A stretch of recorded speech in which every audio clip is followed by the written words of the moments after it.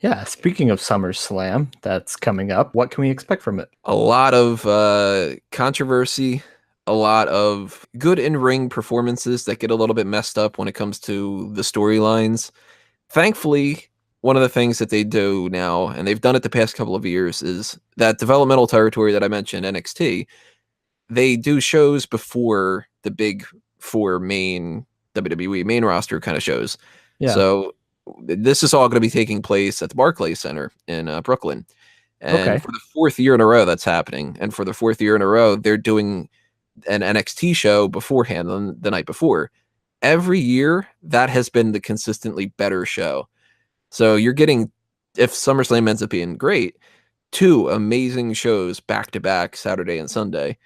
And that one's just going to be off the charts. But SummerSlam itself, you've got Roman Reigns against Brock Lesnar. So you've got the guy who people don't want to necessarily be on top.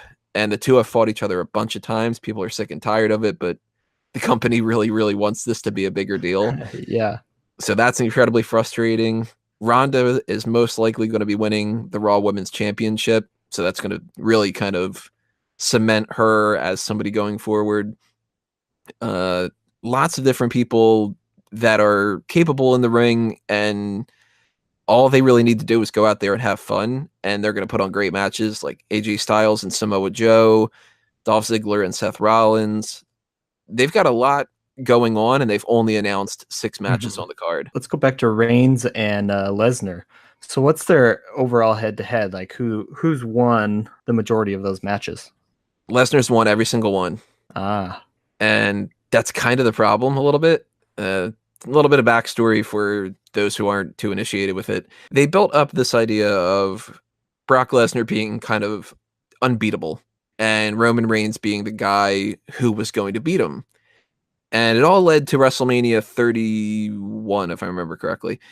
So people weren't really too receptive to it. I mean, I went to the Royal Rumble in Philly that year, and I was one of the only people that was actually cheering for the guy. You know, full arena of people Mhm. booing, and I was just kind of like, I like him. What's the problem? Like, you know, I'm kind of that Yeah. dude sitting there doing that. But they used like this thing called the Money in the Bank briefcase, where somebody whoever wins that can cash in a title opportunity whenever they get a chance to. Oh, They're okay. choosing. They used that as a means to not have either of them win the match at WrestleMania. So people were kind of happy about it. All But over the right. past year, Brock Lesnar's been the champion again, and they've had Reigns fight him at SummerSlam last year. They had him build up again to fight him at WrestleMania this year and lose both of those. And Yeah. then the pay per view that followed that, he wrestled him again and lost. And now they're having him wrestle him again. So this is basically the fourth or fifth time that they've had this match. And it always ends up being that they're not necessarily willing to go along with the thing, but they still want to keep beating that into everybody's head. So it's kind of Okay. like, I mean, the definition of insanity is doing the same thing over and over and expecting different results. So if So everybody keeps booing it out of the arena and getting frustrated, I don't know why they keep trying, you know? so do you think Reigns will actually pull this one out then, or will it be more the same? Well, that's tough because the last 2 or 3 times I've said, well, he better. Then the next thing I know, I'm writing up another article going, for fuck's sake, like, you know, just gonna be Yeah, like, what the crap is going on? and what's making me nervous about this is they have another Money in the Bank briefcase in play. So they Oh, could okay. very easily do the same exact thing that they did at WrestleMania 31 and have either Braun Strowman or Kevin Owens win the title instead.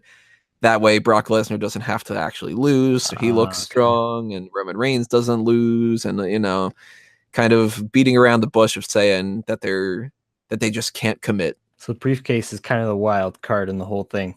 Very much so. All So right. nerve wracking. There you go. Let us know what you want to see from SummerSlam in the comment sections below. And as always, stay tuned to theringreport.com for all your news, breakdowns, rumors, and more.